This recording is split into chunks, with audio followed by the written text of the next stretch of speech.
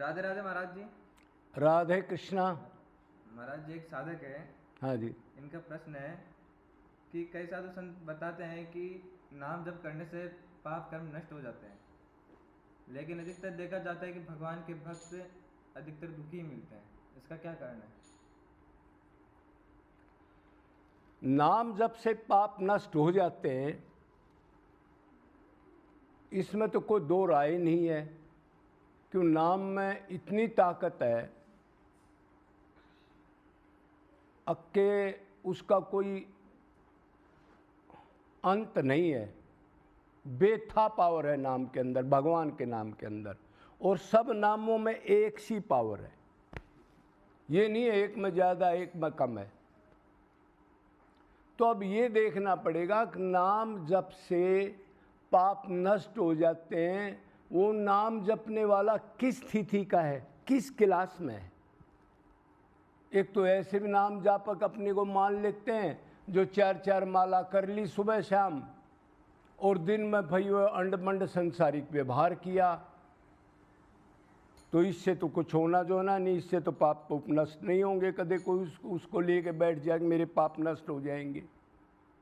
दूसरी कैटेगरी का होता है नाम जापक, जो कहीं घर में रह रहा है या कहीं रह रहा है तो ज़्यादा से ज़्यादा नाम का जप करे, उसके साथ नाम में मन भी हो उसका, और संसारी कामना से नाम ना जपे। और नाम जप वगैरह लेता है, ये ना बताए इतनी माला करता हूँ, इतना करता हूँ, ऐसे बैठता हूँ, इसका प्रचार भी ना करे। ये है दूसरी कैटेगरी का नाम लेने वाला। तो ये नाम लेने वाला जो है ये वैराग्य की तरफ जाने लगता है फिर। क्यों? भगवान जिसका नाम ले रहा है वो मायापति है। जब जितना मन उसमें लगेगा तो उतनी पावर उसकी आएगी, तो माया भगवान की दासी है, वो एक साइड में उतनी मात्रा में होने लग जाएगी। ये जो नाम जप है इससे भी थोड़ा बहुत सतोगुण आएगा। अब तीसरी कैटेगरी सुनो, जिसने एम बना लिया और ये समझ में आ गई अब मेरा सारा संबंध भगवान से ही है, मैं शरीर नहीं हूँ, शरीरी हूँ, मतलब आत्मा हूँ, और भगवान के पास आनंद है। ये सारा तत्व ज्ञान होकर के फिर ये कर लिया कि अब यही करना है, मतलब संसार से शरीर को अलग कर लिया उसने, और गुरु का टॉप तत्व ज्ञान लेकर के बैठ गया। बैठने का मतलब साधना करने लग गया। अब ये जो नाम जापक है ये जितनी मात्रा में करेगा उतनी मात्रा में इसके पाप नष्ट होने लग जाएंगे। अब ये देखना पड़ेगा वो पाप नष्ट क्यों नहीं हो रहे, तो पाप कितने प्रकार के होते हैं।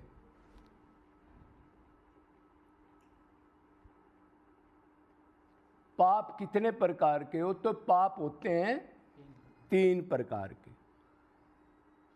कौन कौन से? संचित पाप, प्रारब्ध पाप और क्रियामान पाप। अब आपको डिफरेंस दिखाई देगा। जो भगत उसी के लिए बैठ गया वैराग्य लेकर, उसी का नाम, उसी के लिए व्याकुलता, उसी के लिए रोना धोना करता है, तो आपको दुखी दिखाई दे रहा है शरीर से, शरीर के दुख से। तो फिर आप कहते हो पाप नष्ट क्यों नहीं हो रहे, तो पहले देखो पाप नष्ट सबसे पहले कौन से पाप नष्ट होते हैं। सबसे पहले सबसे डेंजर पाप कौन है? संचित कर्म के। वो भगवान की याद, व्याकुलता, अनन्यता, दैवी गुण आने के बाद उसके लिए रोना तड़फना, उस विरह में संचित कर्म जलने लगते हैं। सबसे डेंजर संचित कर्म है। और आप देख रहे हो कि इस साधु का तकलीफ है, इसको कैंसर है, इसके चोट लगी है, इसका घाव है, ये दुखी है, इसकी आंखें ठीक नहीं हैं, ये संचित से संबंध नहीं है इसका। संचित कर्म जल रहे विरह से,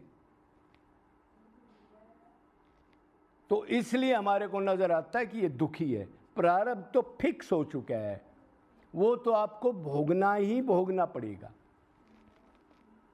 समझ गए अब क्या फर्क है? तो जो प्रारब्ध का कर्म है वो बहुत ऊंचे लेवल का जो साधक हो, जिसका अंतकरण शुद्ध हो गया हो पूर्ण वैराग्य के बाद, अगर वो चाहे तो प्रारब्ध को भी काट सकता है, लेकिन वो काटेगा नहीं। भगवान का विधान में, भगवान के संविधान में वो कलम नहीं चलाता, कमेंट नहीं करता कभी भी। ये डिटेल आगे बताएंगे, ये लंबा हो जाएगा, इसलिए हमने तभी ये लेना है। अब सबसे पहले संचित कर्म जलते हैं और आपको फीलिंग हो रहा है इस कर्म की जो आप देख रहे हो। उसके बाद कौन से कर्म जलते हैं? क्रियमाण। अब आप पूछोगे क्रियमाण कैसे जलते हैं जी?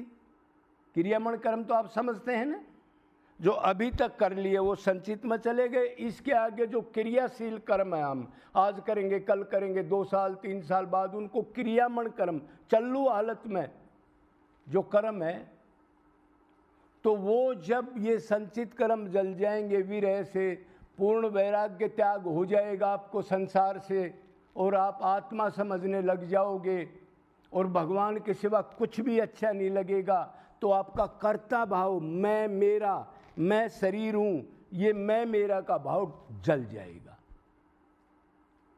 फिर आप उस वह रह जाओगे, भगवान की दया के बगैर पत्ता भी नहीं हिलता।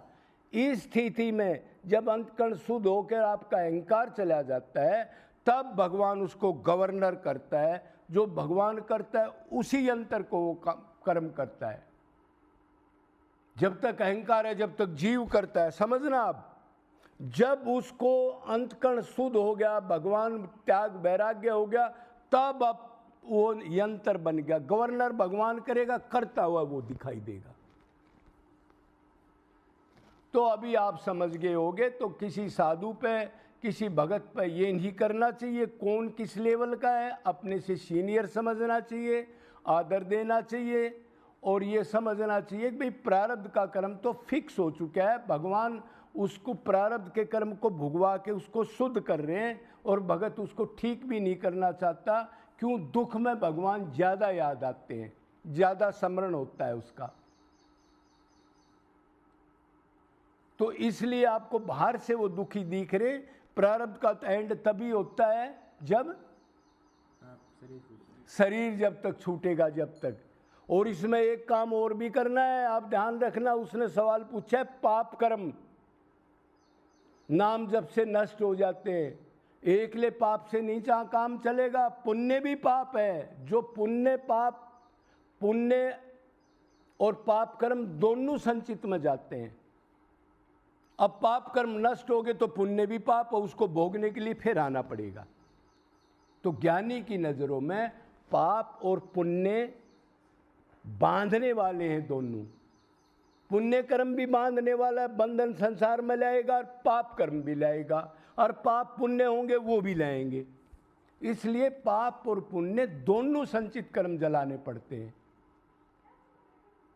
तो अभी मोटा मोटा क्लियर हो गया अब भगत क्यों दुखी देखे जाते हैं। अब कर्म की हमने समझ में आ गई कौन से कर्म जलते हैं। प्रारब्ध शरीर के साथ छूट गया, क्रियामण अहंकार खत्म हो गया, पाप पुण्य का फल नहीं मिलेगा आपको। चाहे आप पाप करो चाहे पुण्य करो, उसका फल नहीं मिलेगा, अब पुण्य का भी नहीं मिलेगा। और संचित विरह में, भगवान की याद में, अनन्यता में, रोने धोने से वो सारे जल जाएंगे। ऐसे तीनों कर्मों का एंड हो जाता है और जीव अपने घर जाने की तैयारी कर लेता है। भगवान दया करके उसके हाथ को पकड़ के खींच लेता है, आजा अब नहीं छोड़ूंगा। तो ऐसे दयालु श्री कृष्ण भगवान की, बरसाना धाम की जय जय श्री राधे